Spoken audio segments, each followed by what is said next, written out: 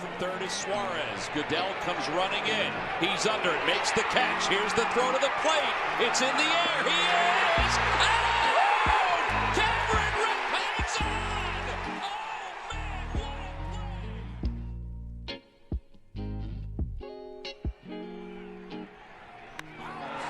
Deep to right field. Way up there and way second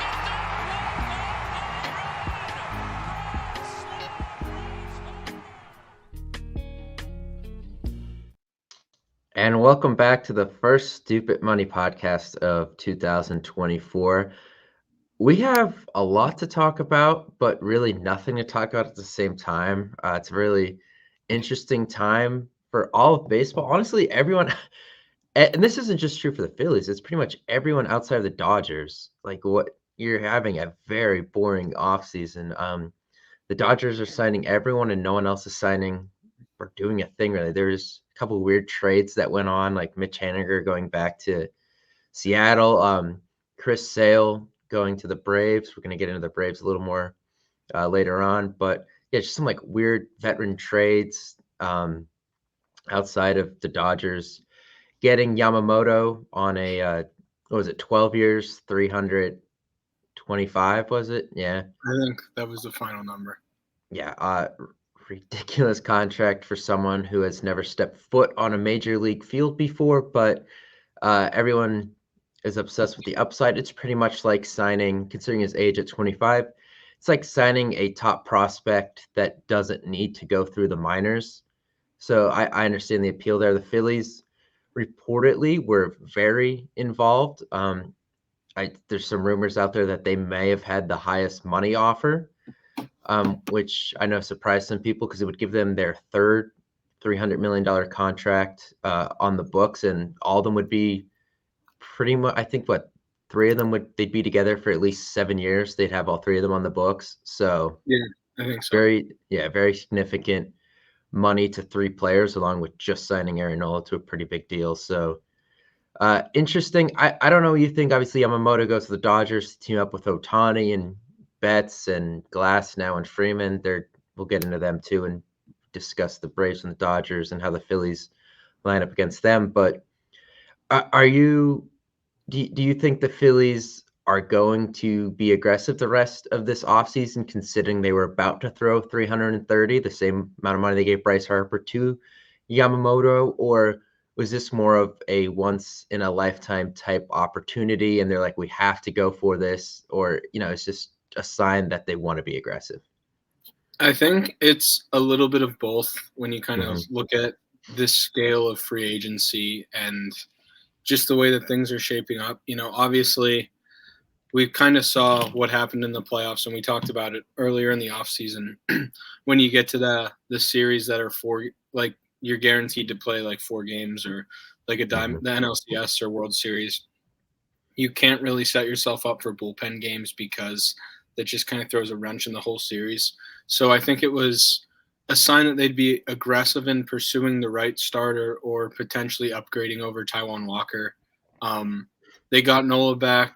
I know you mentioned Montgomery and Snell. For their price tags, I don't really think it warrants being that aggressive. I think the only other pitcher that was worth a crazy contract like that this offseason was Yamamoto. And even that, looking forward to next offseason with even a more significant Japanese pitcher, Sasaki, being posted, and that insane free agent class. I think you work this offseason to extend Wheeler, make that a priority, keep Wheeler and Nola together at the top. You still have Suarez, and then try and kick the tires on Taijuan Walker and see if you can get anything out of that. And if you can't, you still have him for the first half of the season. And you saw what he could do last year, just eat up innings, get wins. I know wins aren't really a significant stat, and the peripherals weren't great with like a ERA in the first inning, like over 7.5. But like he's an innings eater. He'll do that for the first half of the season. Then you could reevaluate at the trade deadline. And then next year when you have guys like Max Fried and that crazy free agent class that's coming with Roki kind of headlining it. I think that's the time to be more aggressive with shelling out money. The lefties that are left with Montgomery and Snell scare me. I think Snell's just so sporadic. The floor is really low. Obviously, the ceiling's 2 Cy Young awards, including this past season, but it just doesn't seem like he has the market that he expected. So he's kind of shifting to shorter term deals, which is interesting. And if they could get the right structure or the right AAV, I think that'd be more appealing than Montgomery. Montgomery just really scares me as far as Patrick Corbin-esque mold. Their numbers are a little different, but he's pretty much been relatively average throughout the entirety of his career. I was just kind of looking at a side-by-side between him and Corbin, with Corbin's time in Arizona before he was a free agent, and Corbin has like 150 more innings in like the same amount of seasons. So he has like an extra season over Montgomery. Corbin's numbers were a little bit higher as far as ERA and stuff like that, and that's probably just a case of the innings being so significantly different. But kind of coming off the playoff run, Montgomery's value will never be higher, so he's going to try and cash in. And like he was on that Cardinals team last year, and I don't even think they pitched him in the playoffs against us. It was Michaelis and Quintana. So like they went out and got Montgomery at the trade deadline, and he couldn't even crack their wild card rotation last year. So like he's been hit or miss his whole career. This year he obviously hit, but I think he's going to command more money than Snell, and I don't know. Like he could have a great rest of his career, but I don't really feel comfortable shelling out another 150 plus for him. Yeah, the thing you brought up about Snell, maybe wanting a 1 or 2 year type deal, I kind of like, I would do that. I like give him 1 year, like if you would take like 25 million, because Andrew Painter being out complicates this so much. Like if he was healthy and he pitched last year and he looked good, like we're not even having this discussion right now. But like if you can have him Snell for 1 year and get him off the books, and then like you said, get involved in that crazy free agent class next year, and Painter comes back from injury, maybe Abel shows enough to be a major leaguer, like all of a sudden you have enough options where maybe I don't want to be tied down to Snell long term, but this year it makes sense. And that's why I'm kind of seeing if maybe they get at the deadline, get involved if Corbin Burns makes it to the deadline where he's still in the Brewers. Like if that's where you get involved, because it's not something you have to worry about the following season, then like you could just rent him for 2 months, make a playoff run, try to win it all, and then let him go and focus on all these big names that are going to be out there. So I think that's the way they want to go. The prospect pool for them is probably as deep as it's been. I honestly, in my lifetime, I can't remember a time where the major league team was this good and the minor league system was also this good. It just seems like like Ruben Amaro kind of unloaded it in 2010 and 2011 where there was nothing left, and then 15, 16, 17 people felt good about that minor league system at the time, even though now we realize it was not that good at all. But the major league team sucked, but everyone liked the minor league system at the time. I think now is you finally have a good combination of both, and you want to look to the future, but I also think you have enough pieces where, Kyle Schwarber's here for 2 more years, JT Realmuto for 2 more years, Wheeler 1 unless you extend him. Like your window is kind of now. I know Trey Turner and Bryce Harper are going to be here for the next, Bryce at least the next 7, Trey the next 10, but these guys are 30, 31. So realistically it's within the next 3 years. So you got to find that happy medium between keeping enough in the system to make the team competitive 5, 6 years from now, but also realizing that you have a couple possible future Hall of Famers on this team making a lot of money. So if you have to make an uncomfortable trade to make this team better, you have to do it, because I know everyone wants to compare this to last year and be like, oh, well, their bats just went dead at home in 2 games in the NLCS. Like they should have been in the World Series and probably would have won it. Like just bring back the same team. That's fine, like theoretically.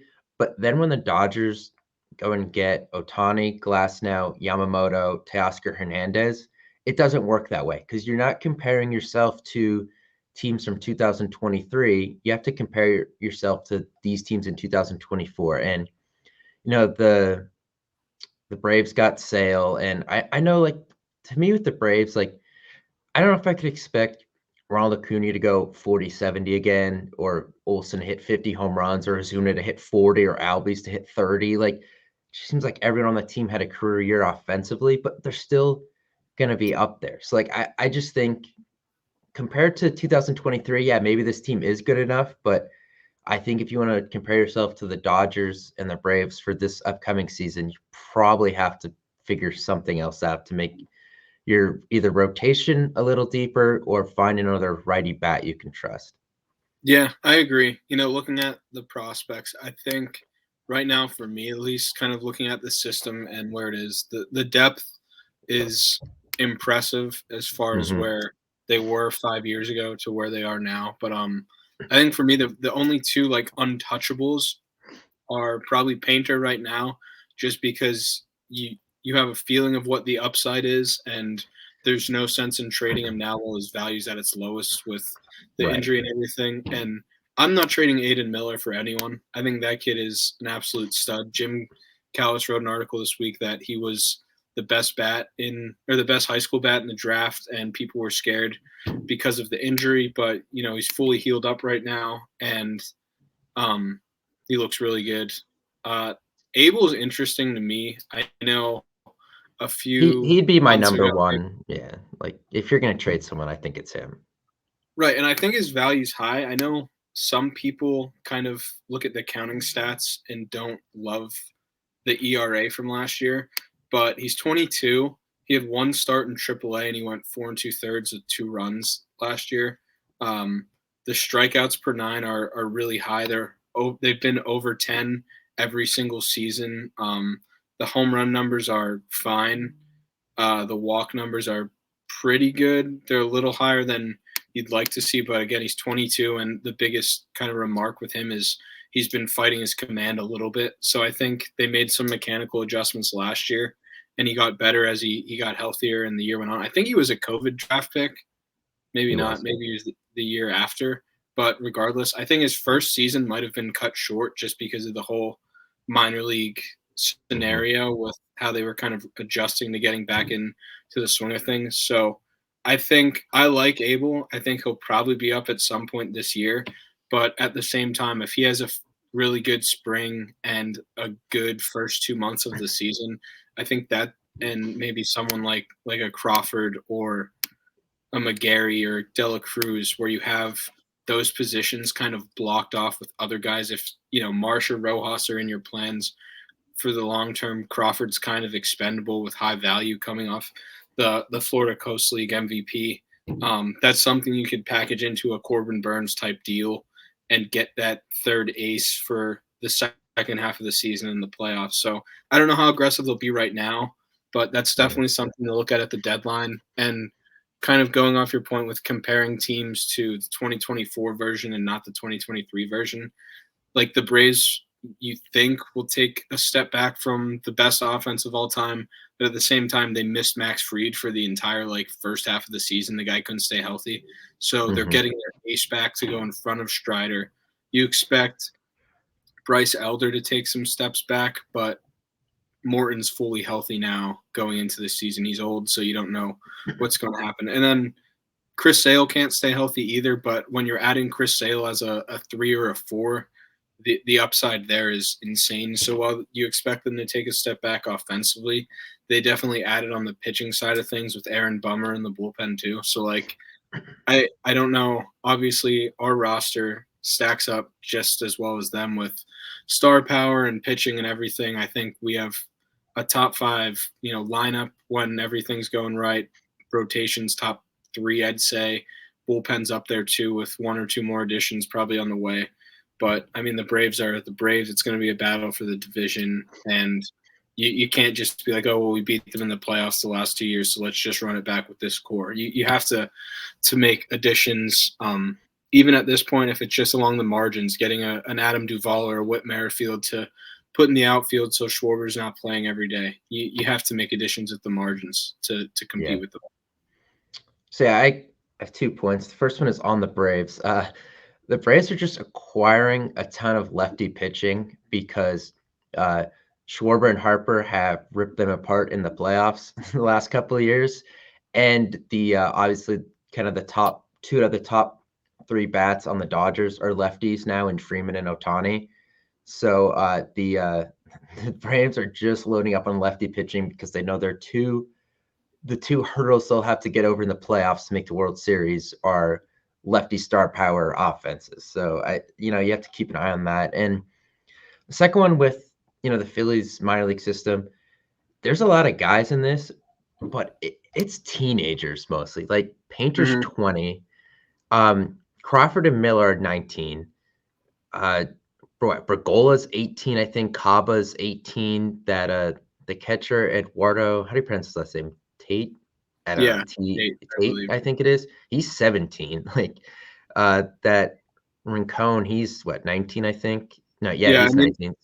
If you look at the MLB pipeline, they have like McGarry's 24 and De La Cruz are 24. Other than that, like Muziotti's been there forever, so I don't even count him anymore. Like and Ethan Wilson was drafted in like the COVID year, so he's 24. Like other than that, it's like 17, 21, 19. Really, like out of the guys who are significant to the future, take out Griff, you kind of have guys that are all 22 or below. Yeah, so it's a really young system, which I think pairs well considering the age of this core right now that you have, where these guys 3-4 years from now, majority of them are out of here. Like not the majority, but Real Muto, Schwarber, Castellanos definitely gone. I don't Bohm's the interesting one to me. Like I think Marsh and Stott will get some kind of extensions here, especially if Marsh is going to be more left field than center. I think they're more comfortable extending him if he's the left fielder versus the center fielder. But Bohm's the interesting one to me because obviously Trey, Bryce aren't going anywhere. Miller, but there's not an obvious replacement for a Stott or a Marsh right now.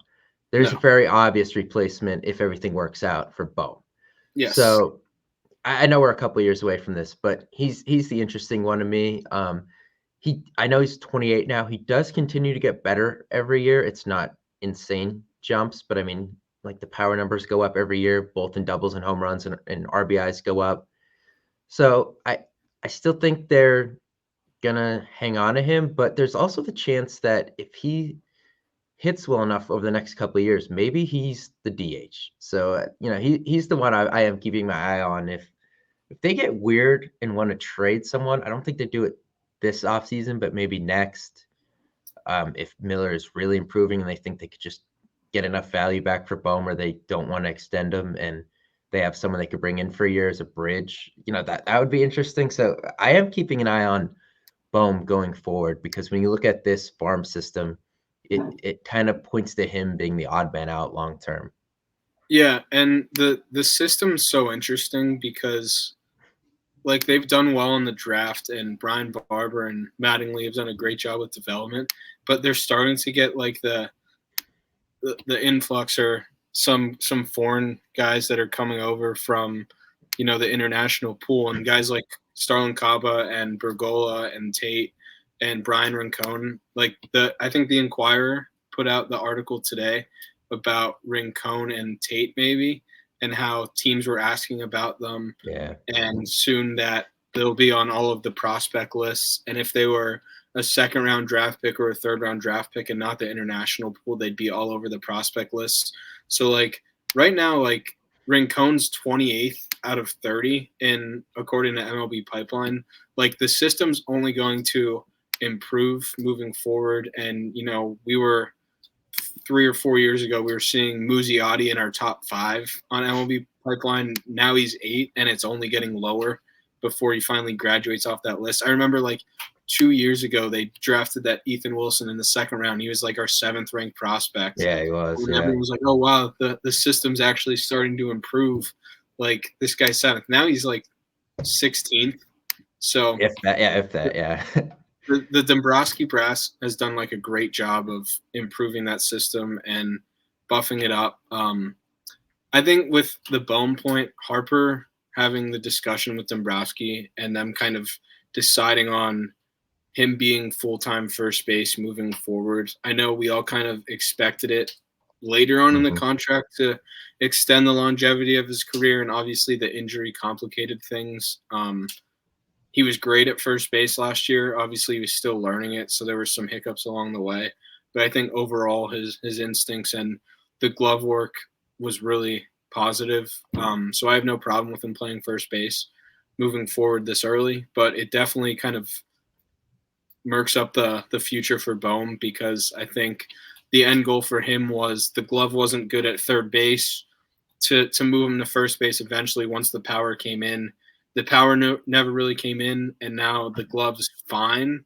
It's like enough to get by at third base, but he's still not hitting enough home runs to be that corner infielder of the future. So I think it's kind of like Groundhog's Day, and we say it every year, but we really need to see him hit 25 home runs, 25 doubles, and not lose the RBIs with runners in scoring position numbers that he had last year, because I think it doesn't get talked about enough, but that's an extremely valuable asset to have, especially with how bad they were last year with runners in scoring position. To kind of have Bohm in the middle of your lineup with those numbers with guys in scoring position. But if he doesn't start hitting for more power, especially in meaningful situations, I don't think you can fully commit an extension to him long term like Stott and Marsh. Yeah, and this is my worry going into this season too, why I kind of thought they'd bring back Rhys Hoskins, is Bohm was not good protecting Harper in the playoffs last year. Strider ate him alive. The Diamondbacks ate him alive outside of Game 7. And I'm pretty sure the damage he did in Game 7 was when he let off innings. Or, or Harper wasn't on base or anything like that. So I don't know if you can trust him again to do that. Like the bat is there from a contact standpoint, but I think you have to be able to trust Castellanos in that 4 spot if you're not going to bring back Rhys. I know Schwarber like kind of makes sense there, but the whole lefty thing, and I always go back to the Phillies won 5 straight NL Easts by having a 3-4 of 2 lefties, and it worked fine. Baseball has changed a lot since then.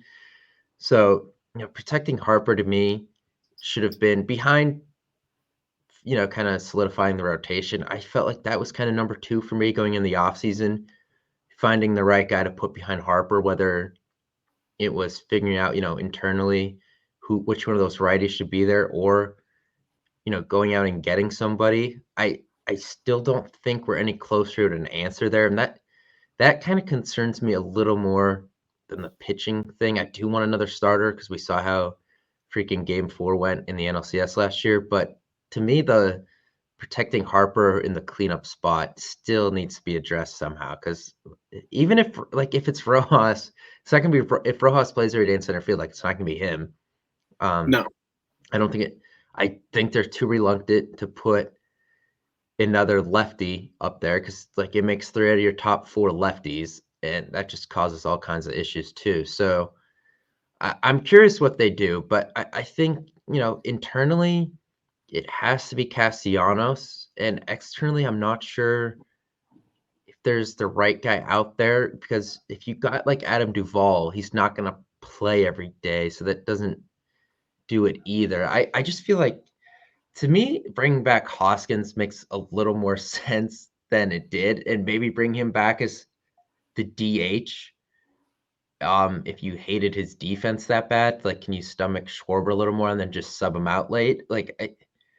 I don't know. There's a lot going on there, but I still feel like getting that righty bat to protect Harper hasn't really been done, and maybe partially I do feel like that's on Castellanos, because you kind of signed him to do that, and it really hasn't worked out. Yeah, I think it has to be the right righty bat to do it. Like Castellanos is obviously imposing, and he goes on these runs where he's hitting Reggie Jackson-esque number of home runs in the playoffs, but then the next day he starts his 1 for 25 in the NLCS type thing.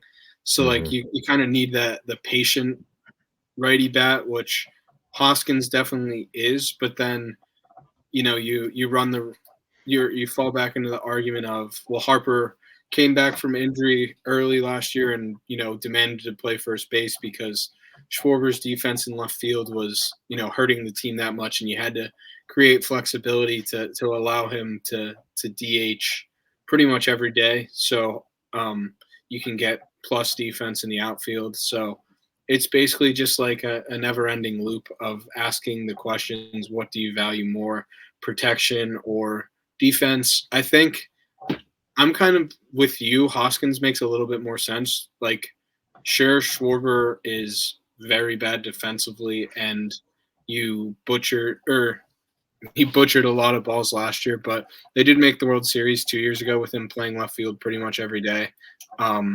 There's a lot of questions about Rojas. I know the pictures are out again where he looks jacked. We did that with Kingery before, so I'm not We've done putting that him with everybody. Yeah.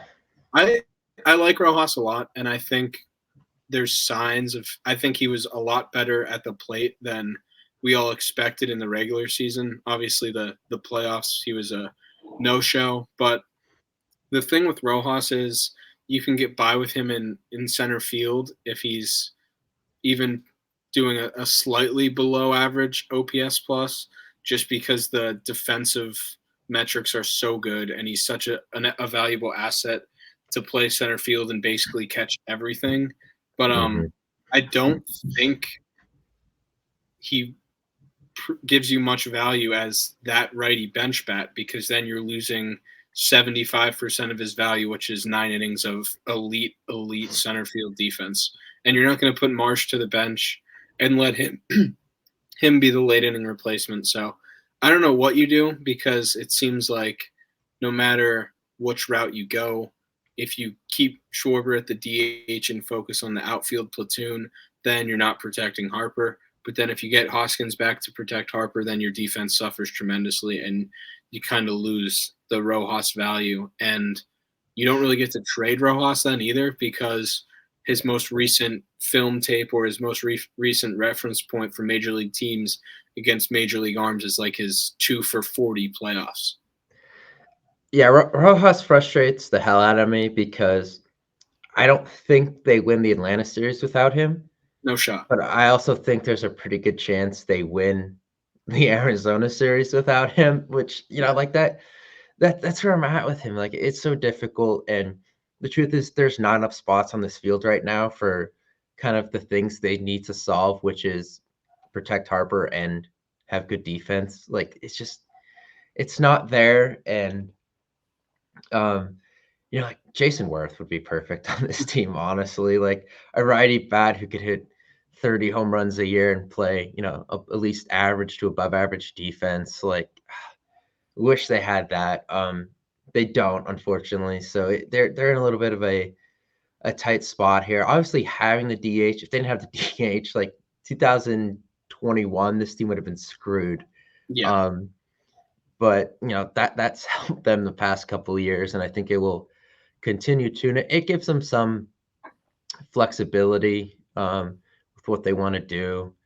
And I mean, look, we'll see how the season goes. Like, the chances of them going 162 with the same 10 guys is 0. So, some things are going to get shaken around, and we'll see what happens. But I do wish we got to see this lineup at full strength last season with Hoskins in there, with Trey, and with an improved Martian Stott and Bohm, because I think even with Hoskins, they probably would have made it to the World Series last year. I know, like, maybe, those games with Atlanta, Rojas made some great catches, but if Hoskins is in there, maybe you scored a few more runs, and that doesn't matter. So I don't know, that's an interesting one to me, and they still have a couple months to figure this out, but Hoskins is still out there, and, Everyone's he's so everyone except dudes that the Dodgers got are still out yeah. there, so I don't I'm surprised the Cubs haven't signed him yet. It seems like a good fit. Like, the Mariners were linked to him, but I don't know what they're doing, like, if they're Giants. going. Yeah, the Giants too, so kinda the Cubs and Giants are the 2 to keep an eye on, and I would hate to face one of them in the wild card series and him just go freaking bananas, but I know it's gonna happen. I just can already feel it, but I hope he goes to the AL, like Seattle, Anaheim, like somewhere like there. Just go there, please. I'm begging you. But I guess we'll see. But kind of moving on to some other kind of away from the field things. So you did not watch the video yearbook yet, did you? No, I did. I did. Oh, you did. Oh, okay. I thought you said did. Trey put me to sleep, dude. Yeah. He He was was boring as shit. and it was tough because obviously for that hour and a half long video you have to have it scripted and stuff. But yeah, he was monotone and it was really tough to watch or tough to listen to. The weird cuts to like him like reading and like staring into the camera too is really freaking weird. Like they have not done that before. Like I watch every single one, and I went back and I watched like the 08, 09, 11 ones. Like I watched all them. None of them do that. I don't know what the hell they did this year, but that was really weird. Like where it would like just cut to him reading, like just staring right into the camera. I found that very freaky. Yeah, me too. But I will say this one, I thought the thing that I liked more than last year's was like last year it was literally just Schwarber like retelling the entire season, which like yeah, that's a great like purpose of the video yearbook. But I think Mhm. the thing that made like the 08 one and the 09 ones, like the older ones, awesome was like the behind the scenes like interviews or the Yeah. snippets of the players talking or like locker room stuff here and there. And I think they tried to incorporate that a little bit more this year. They had like, the players sit down and talk a little bit more as opposed to last year having nothing. So I think that was good. But yeah, his Schwarber was definitely the better narrator of the last two seasons. I thought I'm trying to remember. I can't think back to everything, but the one thing that kind of caught my attention was that they actually like called out the Arcia thing. Oh yeah, I know. I was surprised Like by that too. they actually like made mention of him by name and everything, and I was like, wow, Yeah. this is actually kind of weird. Like I found that like they called out like a dude from another team, like as like as the team. It wasn't like one player did it or something. Like it was scripted in the thing by the team to call him out. Like I don't know. I Yeah. found that a little like awkward in a way. I thought that was a little like that kind of raised my eyebrows when I actually heard him say that. Like I thought they were gonna like allude to it, like oh, like Braves players like like lit a fire under Bryce or something. Like they, like something vague. They just came right out and like went after that, which I found a little interesting. Yeah. Normally I feel like normally teams are pretty discreet about stuff, but I don't know. Philly, they were discreet about it when it happened. Like they were posting the pictures and everything, and they were using Attaboy Harper as the captions for the videos and stuff. But Hmm. I don't know. They were definitely they weren't trying to hide anything in the video. No, yeah, and they showed the thing where Bryce got into it with the reliever from the Rockies. Yeah, that Like was they showed that. I'm trying to think. There are a couple things that were like a little awkward, and I can't think of them now. But uh, the whole standing ovation thing that was funny how they got into that. The I loved how they kept showing like all those Bryce clutch home runs, and then just brushed over the fact that Kimbrel blew like every single one of them. Then yeah. like that just annoyed the hell out of me too. I thought that obviously like they include it every year, but like Hmm. this year with Trey addressing the fans at like Fan Appreciation Day, the last home series of the year. The thing that I've taken away from all this is like I love Trey and I think he's gonna have a crazy year bouncing back this year. But he like is extremely awkward when it comes to talking with media or like the fans are discussing anything. Like you said, he was extremely awkward narrating it, put you to sleep, and like that speech at the end of the year was awkward too. Like I think at this point you kind of just have to let the guy be and stop having obviously with everything that happened this year, like he was the no-brainer choice to narrate everything and give that speech. But at this point, like it's year 2, just let the guy be. Don't have him talk or anything because it sounds so forced. Yeah, it parts of it did sound forced. And honestly, if you go back and watch the '09 one, Ibanez did it, and he was the new guy that year. And like some of the like opening statements where it was like, this was the place I wanted to be. Like I saw how crazy it was in the playoffs and they had a great team, blah, blah, blah. It's the same exact thing. Like the two of them said the same exact thing. It's the same script 14 years later. It's kind of funny. Yeah, I think, I mean, obviously we don't know like how next year's going to go, but if I had a vote, it would probably be Marsh or Stott. Oh, that'd be if it was Marsh, that'd be hilarious. I would do both of them. Like do a duo thing. Like do something weird. Like I don't know. It'll be dependent on how the season goes, obviously. But I mean, right now the clear front runner is Nola because he signed the big contract, came back. I don't know if I could listen to him either that long. That's what I mean. If he has a season like last year, then it definitely won't be with like the ups and the downs and how the fans kind of got on him. But like if he has a good season, kind of reverting back to Cy Young Nola, I mean, it has to be him. Yeah.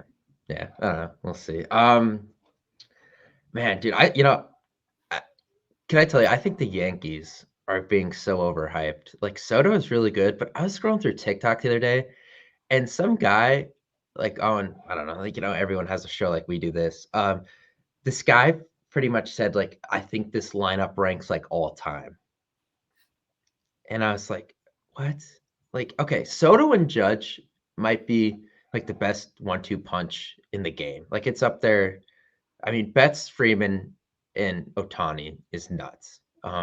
Trey and Bryce, Acuna, Olson, Riley is nuts. But like outside of those two, like come on, LeMahieu is 30 something.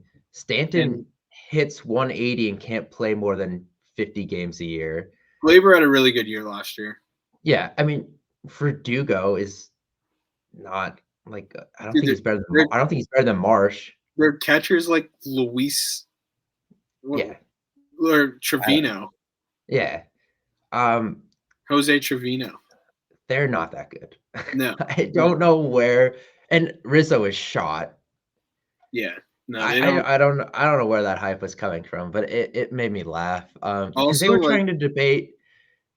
They were trying to debate it versus the Phillies lineup. They put the Braves. They put the Braves and the Dodgers way ahead of it. Yeah, but then they were trying to make an argument against the Phillies. I honestly, from top to bottom lineup, I don't know if the Dodgers are better.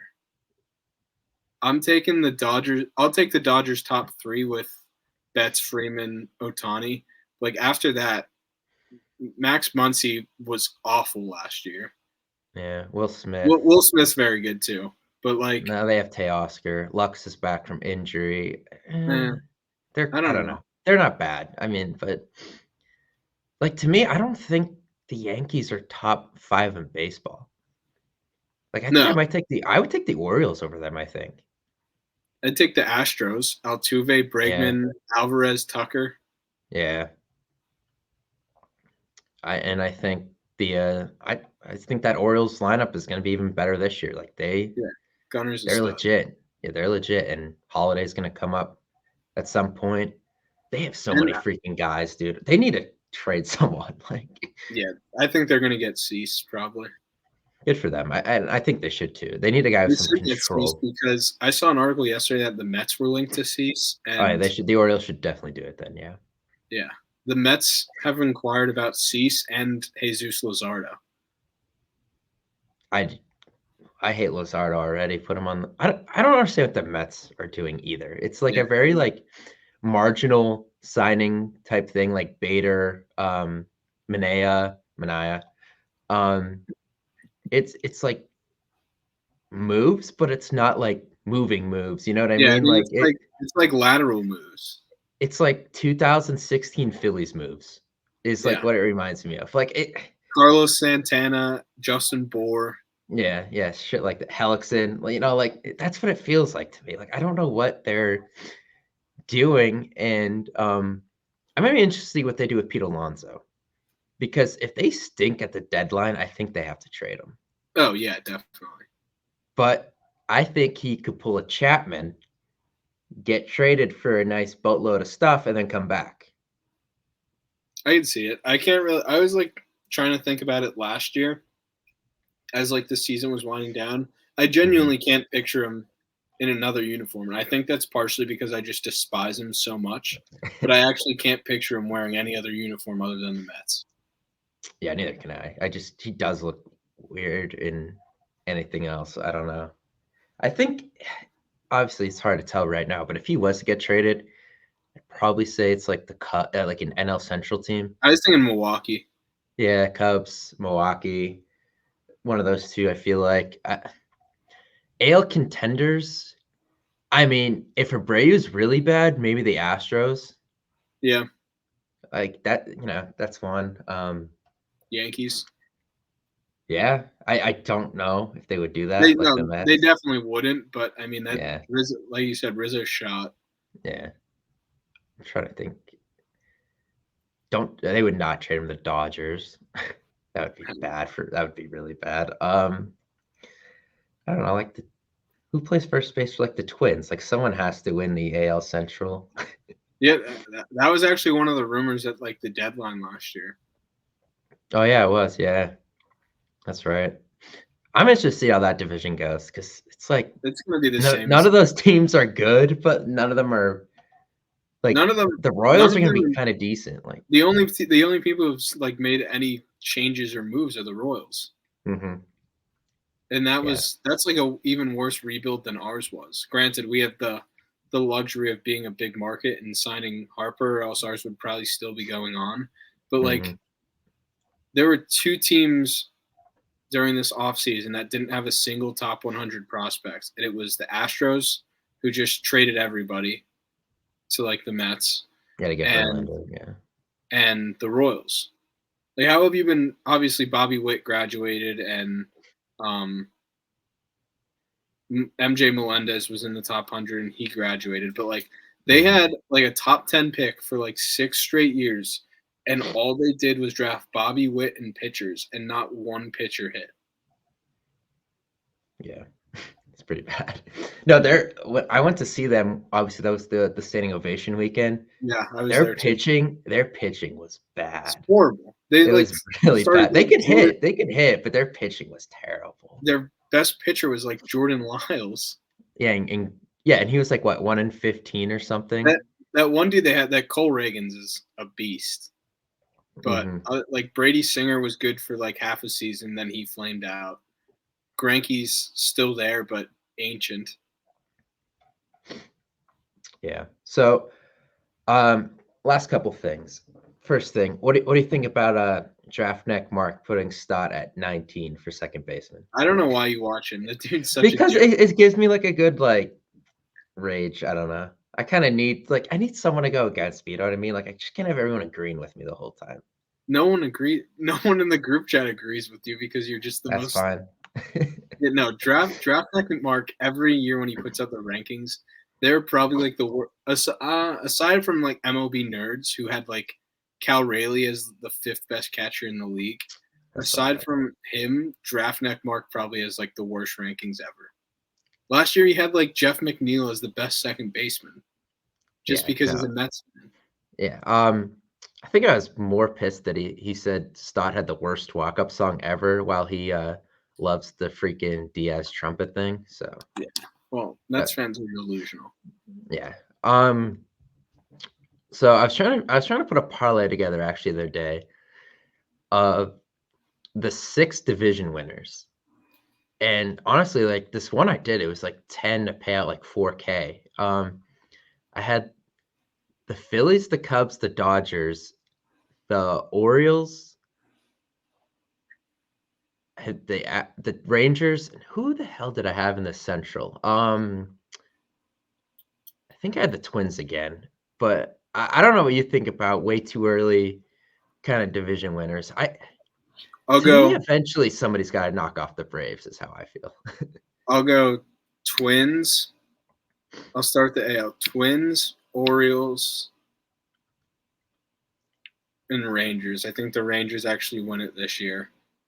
Their pitching kind of scares me, but dude, that's kind of how I feel about the Orioles. And I kind of want to go Yankees just to be different, but I also refuse to pick the Yankees, so I'll go Orioles.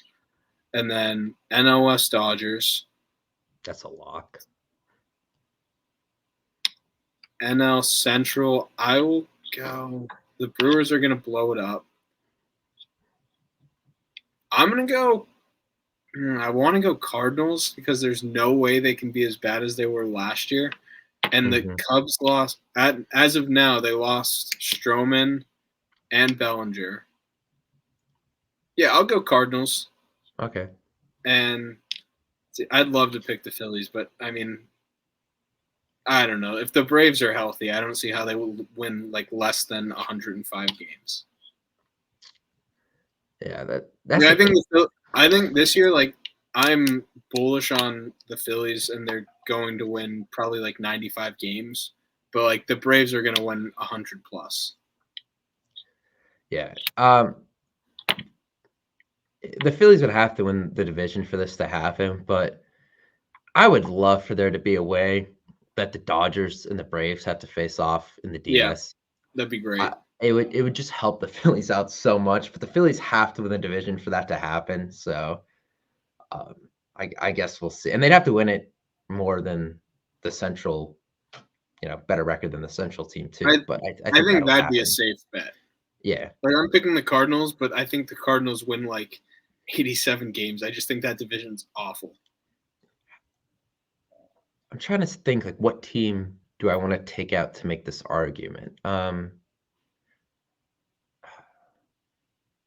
right, let's take out the Cubs and put the Phillies in the Central. How many games do you think they'd win? 103. Yeah, because the Pirates are doing nothing. I keep seeing their fans complaining about it. I'm like, I don't know what you expect, but yeah, and they're one good prospect that Andy Rodriguez is out for the season. Mm-hmm. The Reds have done nothing to address the pitching problem. They got who they signed, Giolito. Okay, yeah, they did get Giolito. Yeah, he was so bad with the Angels. And they got Frankie Montas. Oh, okay. Not so, that he's like a world. Yeah, I mean, like 3 years ago, we really wanted the Phillies to trade for him, but I mean, so they did nothing that I even remembered them doing. Is kind of the point I'm making. Like, it's not like they traded for Cease or signed Snell or anything. No, they gave Frankie Montas $18 million. Yeah, I mean, yeah. So it's like Taijuan Walker. I don't know if I could laugh at that then. I mean, Taijuan Walker is better than Frankie Montas. I guess. I don't know. Montas pitched like one game last year. I cannot get the thought out of them paying that guy that much freaking money for him to clap on the top step of the playoffs the entire time. Like I'm never gonna get that out of my head. Yeah, no, it bothers the hell out of me. Yeah, especially with what went on in Game 4. No, the fact that they paid him $18 million, and you still had to. I mean, I think Chris Sanchez could have kept going too. I didn't think they had to pull him, but like the fact that you paid a guy 4-year, $72 million contract to have to resort to pulling Chris Sanchez early. Mm-hmm. Like, I don't even know if Taijuan Walker had a uniform on.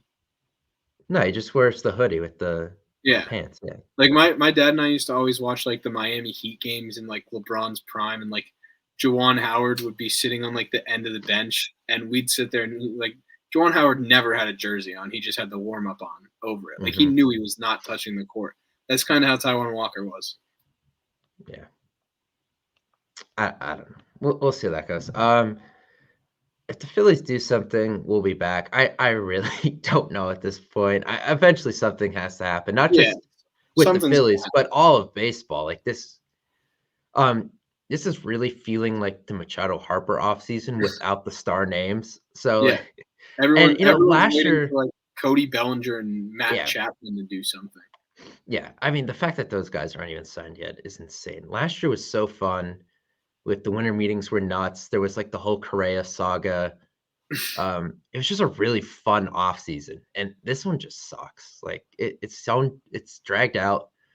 The big name Otani, like everyone knew where he was going, despite like all those BS Blue Jays rumors. Everyone knew he was going to the Dodgers from 2 years ago. You know what I mean? Like, yeah, it wasn't exciting at all. I don't know. no. And like the winter meetings were boring, and then there was like that other GM meeting that got like canceled because Yeah. 35 of the 40 executives got like a stomach virus or something. Yeah. What a joke. Oh man. All right. Well, honestly, if the Phillies like sign a minor league reliever, we might come back because there's nothing to talk about. But what, 37 days till pitchers and catchers report? I think so. Yeah, because everyone was counting it down after the Eagles lost again on Sunday, I saw. So yeah. We'll be back whenever something happens. So we'll see you there.